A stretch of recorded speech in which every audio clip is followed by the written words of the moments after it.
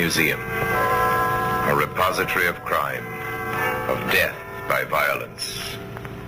Here in the bleak stone structure which is Scotland Yard, there is a warehouse of souvenirs, where ordinary objects, a briar-root pipe, a dingy white glove, a lump of twisted sealing wax, all have a history of murder.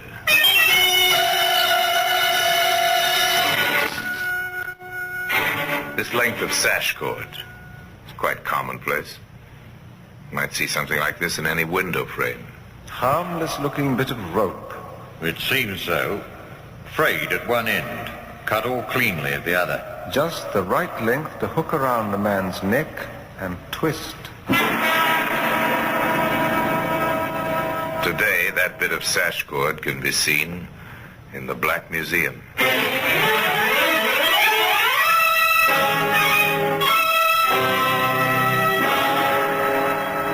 From the annals of the Criminal Investigation Department of the London Police, we bring you the dramatic stories of the crimes recorded by the objects in Scotland Yard's Gallery of Death, the Black Museum.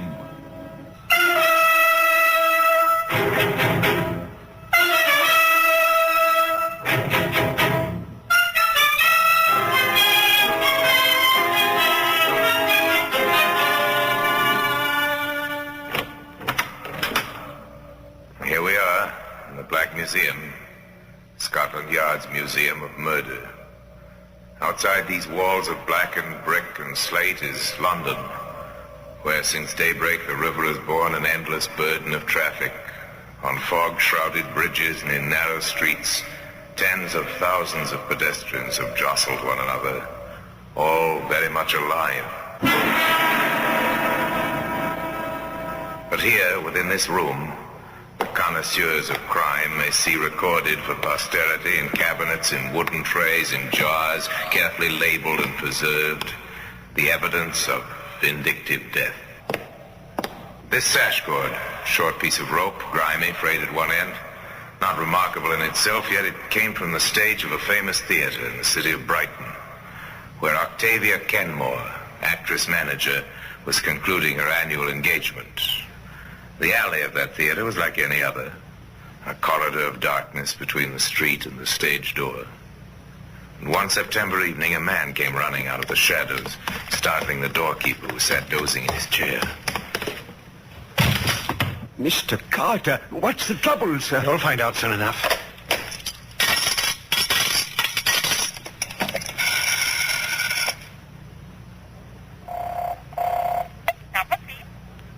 Operator, St. John Carter here, Mercury Theatre.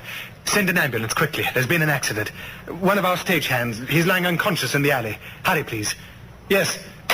One of the cast, Mr. Carter? Who is it? Tell me. It's Buckland. I can't bring him round. I tried. Chef Buckland? Oh, Miss Kenmore will be terribly distressed. Stage carpenter with her for 20 years. I dare say she will. Hadn't we better go and lift him in, sir? Perhaps there's something could be done. No, it's better not to move him till the doctor comes. It may be serious.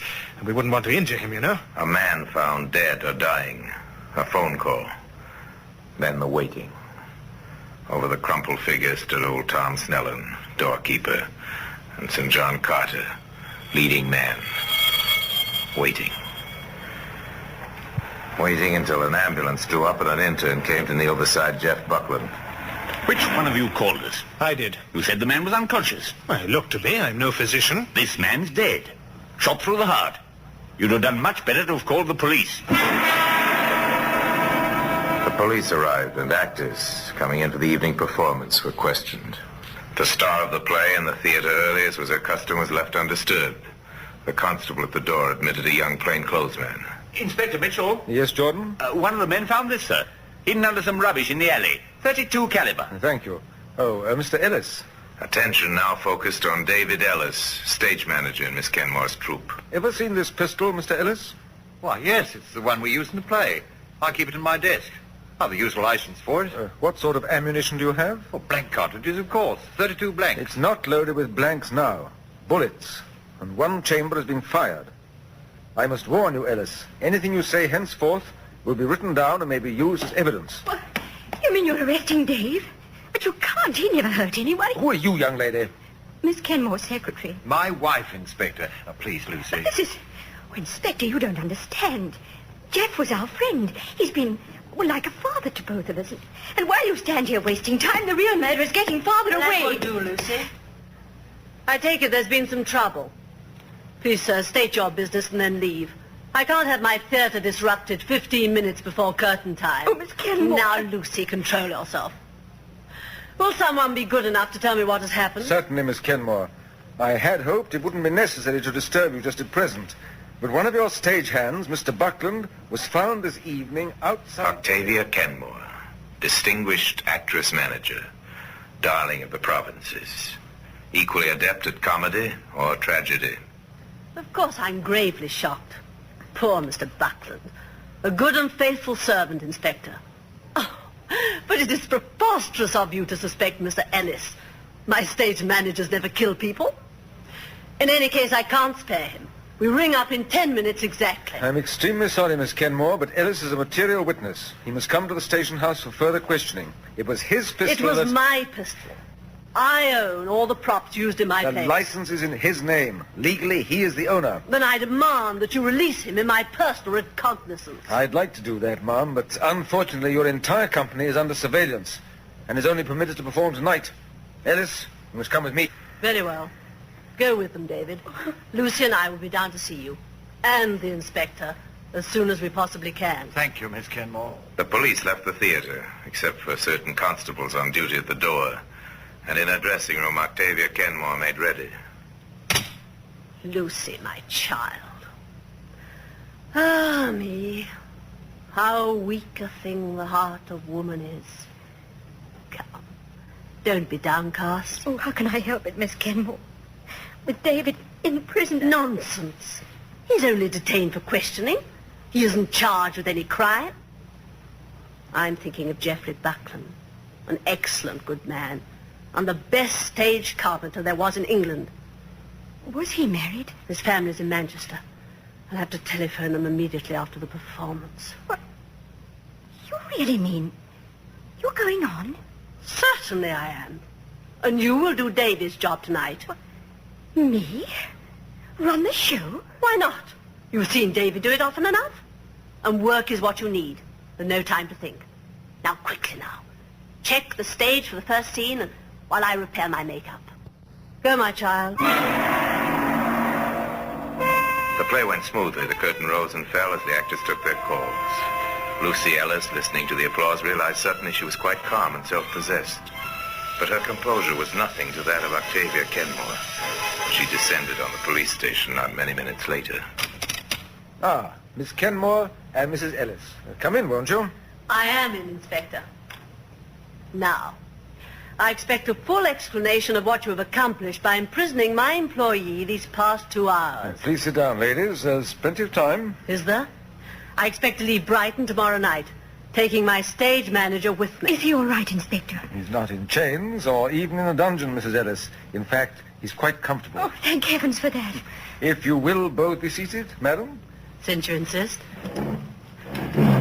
Thank you, Inspector. Well, have you nothing to tell us about this case? I'm waiting at the moment for our pathologist's report. Of course. The autopsy, is it not? Yes, routine police procedure. Well, the man's been shot. That was quite obvious. The bullet is important, particularly in court, to establish the actual weapon. It seemed to me the hand that fired the weapon is a more important consideration. Eventually, Miss Kenmore, and inevitably, I trust, we'd like to know more about Buckland's background, his habits. Did he drink, for example? Despite the general opinion, there are many in the theatrical profession who are not addicted to alcohol, Inspector. Mr. Buckland was a decent man. Octavia Kenmore told the truth about the murdered man, a non-drinker, except for an occasional pint of bitter after the show. A devoted family man in an occupation where family relationships are often difficult to maintain. There was nothing to indicate a motive for murder. In all the years with me, I have never known him to miss a single performance. He was a craftsman who could rig and handle any production, heavy or light. With him on the job, my stage managers had an easy time of it. Everyone liked him. His only fault, perhaps, was that he was too loyal to me. We're not being much help to you, are we, Inspector? Oh, yes. You've helped to fill in the picture. I've learned a lot. No? What have you learned? 2 important things, Miss Kenmore. First, that Buckland was not a man who made enemies. All my reports bear this out. And also that he was extremely devoted to you. You think that's significant? Extremely. You keep a close rein in your company. You should know of any jealousies or quarrels that occurred. I'd know about them, yes. I'm sure of that. You're not the person to tolerate friction or even bad habits in members of your troupe. Come in. Pathology report, Inspector. I knew you wanted right away. Thank you. Yes. Well, this is interesting. Why wasn't I told of this before? You know what they're like in the lab, Inspector. They wanted to be sure. Absolutely sure. I see.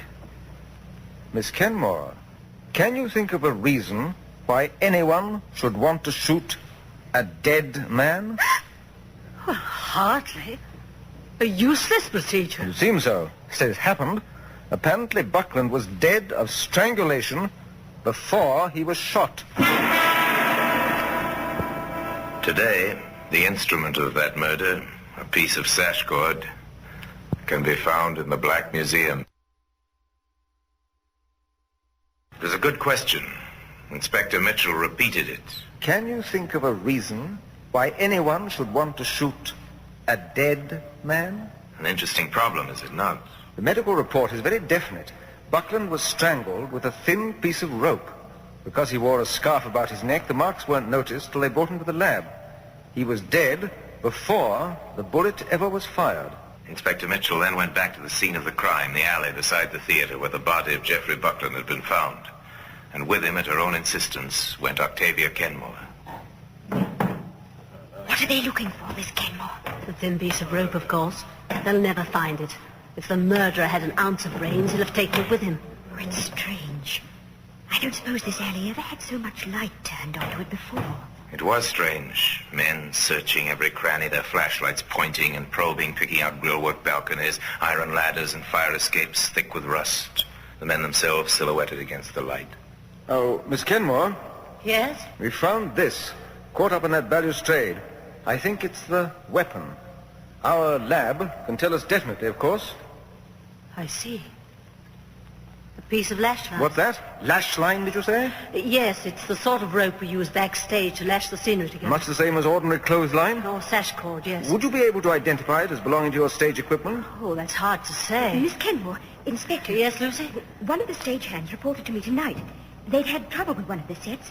The line was too short to make it fast. Could you locate that piece of scenery, Mrs. Ellis? I think so. I told him to leave it on top of the stack so that we could replace it in the morning. Well, let's go on stage then, shall we? Do you know, Miss Kenmore, as a youth, I was strongly attracted to the theatre. Were you indeed, Inspector Mitchell?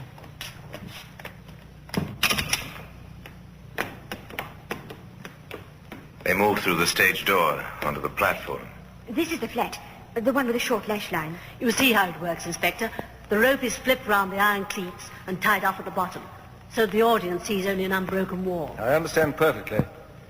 The cord of this rope matches the piece found in the alley, rust, stains, and all. What does that suggest to you, Inspector? There's little doubt in my mind, Miss Kenmore, that the person we want is a member of your own company. Yes, I've decided that for myself some A time member ago. of your company, I think, cut off this cordage to strangle Buckland, and someone else, familiar with these premises, took the pistol from Ellis's desk. Then you don't think my husband's guilty? I haven't said that, but I must check once more who actually was here, backstage, between the hours of 6 and 7. I was here myself in my dressing room, and Sneller, the doorkeeper, was on duty. He surely We knew. took his statement, of course. He seemed a bit evasive now that I think of it. I won't hear a word against him. Sneller's perfectly honest. I take an oath on it. Is he? A remarkably sound sleeper all the same? What do you mean? The extraordinary thing about his story, he claims to have been dozing in his chair. He didn't wake even when a pistol was fired not 30 feet away. I think perhaps I'd better go and visit him. Then I'll come. No, to Miss you. Kenmore, not this trip. Investigations of this kind are sometimes dangerous. The old man lived close by the theater. 4 flights of well-worn steps led to an attic door. What do you want? What is it? You're Mr. Snellen? I am. We're the police. My name is Mitchell, C.I.D. Should I show you my credentials? No, I recognize you, sir. Come inside. John Snellen had no need to be afraid, but it was his nature to be timid. Merely an old man who wanted to avoid trouble. Sometimes when arguments occurred, it was his habit to pretend to be asleep in his cubbyhole behind the stage door. You expect me to believe that when a pistol was fired close by you, you didn't even hear it? I can't rightly say this. There's heavy traffic in the street that time of night, you know. If I did hear a noise, I must have took it for a passing car. Yes, I'll admit that's a likely explanation. Perhaps I ought to. Yes, what is it? If there's something you haven't told us, I advise you to come out with it. What had he seen and heard? A trifle. But possibly a trifle of importance. Almost enough to send a man to the gallows. I know I should have spoke of it before, sir, but, well, it was a little before 7 o'clock, and Mr. Buckland was inside near his toolbox talking to this flashy-dressed young fella. And Mr. St. John Carter, he was there too, just standing by, so to speak. Could you hear what they were saying? No bookmaking in this house. That was what Buckland said. Miss Kenmore won't stand for it. She's strict about such things. Yes, sir. Everyone knows that. Miss Kenmore won't have gambling in her company. An actor would get himself discharged if she caught him betting the horses or some such thing. What else did Buckland say? Well, he warned the fellow he'd go straight to Miss Kenmore. He said how this man had been following the company all along the tour, and Carter and some of the others had been betting with him. But that was all. 3 of them went out together, still talking. And that was the last you saw of him alive? Yes, sir, it was. And Mr. Carter, sir, it struck me at the time. He came back a little later. Went up to his dressing room, I guess, and then went right out again. But he seemed so cheerful and high-spirited. I thought the gentlemen must have settled their differences all right. Carter didn't come back again till he found Buckland's body and called the ambulance. That's right, sir. It begins to make sense, Inspector. Begins to, yes. But why the stage manager's gun? And why shoot a dead man? Why? Why indeed? Why steal a gun to shoot a dead man? Hoping to find the answer to this question, the inspector went to Brighton jail to call on David Ellis. Look here, Inspector, why are you holding me without a shred of evidence? Won't I be permitted to travel with the company when they leave tonight? It all depends. On what? Your replies to a few questions. Ask them by all means. How much gambling goes on in the company? Not a great deal. Some of the actors bet a few shillings now and then. Actually, their salaries are so small they can't afford to be reckless. Does Miss Kenmore know about it? Not a chance. If she did, we'd have replacements in a matter of minutes. It would follow then that an actor who wanted to keep his job would be careful that such information never reached Miss Kenmore. Well, I'd certainly say so. Is there anyone in the company who needed that job badly? What do you mean, badly enough to commit murder? Yes. I doubt it. Of course, you never know. In troupes like this one, most of the supporting cast are either on the way up or down. A dismissal might mean the end of a career. Ellis, has anyone a reason for wanting you out of the way? No.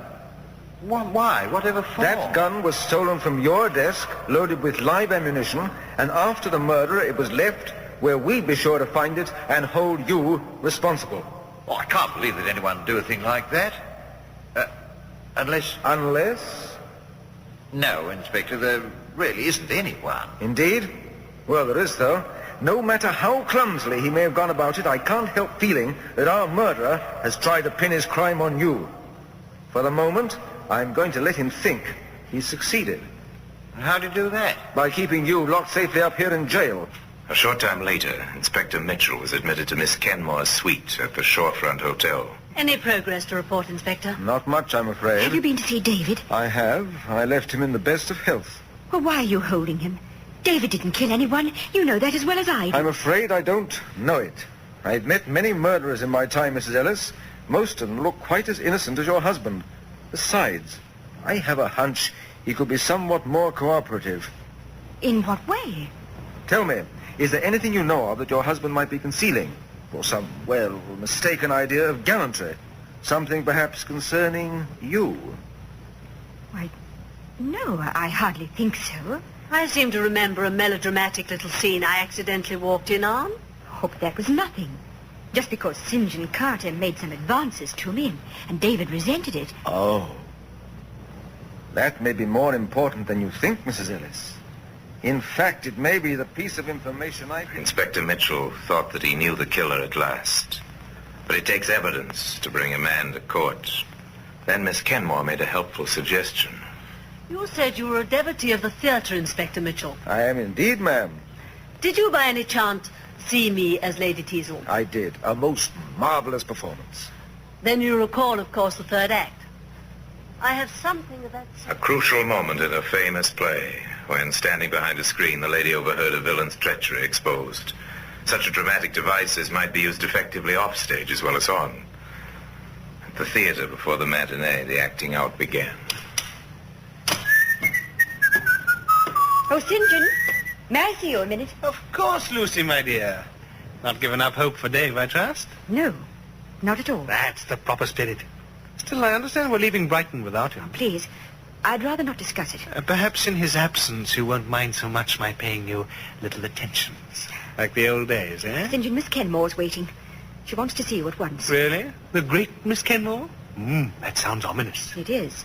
She's breathing fire and brimstone. Is she? And it so happens I come from a long line of fire-eaters. Lead the way, my girl. Octavia Kenmore was seated at her makeup table. Behind her, the tiny dressing room was crowded with trunks and props and costumes. In an alcove, hardly noticed, there stood a screen. Here he is, Miss Kenmore. So I can see, yes. Hello, what's the long face about? Nothing to do with me, I'm sure. You've been placing bets on the races, Mr. Carter. Oh? Therefore, I'm compelled to dispense with your services. Here's your check and return fare to London. Your understudy will replace you at the matinee. See here, you can't do this. I have a contract. This check covers the terms of your contract. Miss Kenmore, whoever told you this was lying? A man in danger of his life seldom lies. If Ellis made this accusation... No, David. Your friend. Your flashily dressed friend who admits to bookmaking and may shortly admit to murder. Oh, so Morgan has squealed, has he? If that's the word, yes. I gather is ready to implicate you. He'll try. That kind always does. He did the killing. He can't drag me into I'm this. afraid you're already implicated quite seriously, Mr. Carter, and by your own words and actions. Oh, well, Inspector Mitchell, isn't it? What sort of game is this? The glorious game of play acting. Congratulations, Miss Kenmore. A very successful little playlet. You haven't got anything you can prove. No use bluffing. You took the pistol, didn't you, from Ellis's desk and shot Buckland with it. I didn't kill him. He was dead before. You are under arrest, Mr. Carter, and charged with willful murder. It wasn't me, I tell you. Morgan choked him with that bit of rope when Buckland threatened him with the police. Morgan had no license and a previous record, too. It would have been jail for him. He did it, and after that... Yes, you thought quickly. You tried to take advantage of the situation to frame Ellis so that the field would be clear with his wife. No. No, Carter, you may not have killed anyone, but you are an accessory after the fact, and you did put a bullet through a man's heart. A delicate question for the jury to decide, but I predict you'll pay the penalty. Come along now, and come quietly. Today, that piece of sash cord, properly marked and ticketed, lies in a glass case in the Black Museum. People of the theater can be, and most often are, fiercely loyal to one another. Octavia Kenmore was such a person, an actress-manager who accepted responsibility not only for her company's professional welfare, but for their personal happiness as well. St. John Carter was an exception to the rule. But then his career had an exceptional ending, taking his final bow as he did on a platform 13 steps high at 8 o'clock one winter evening. Well, the murder weapon is on exhibit for all to admire in the famous room at Scotland Yard. And now, until we meet here again for another story from the Black Museum, I remain as always, obediently yours.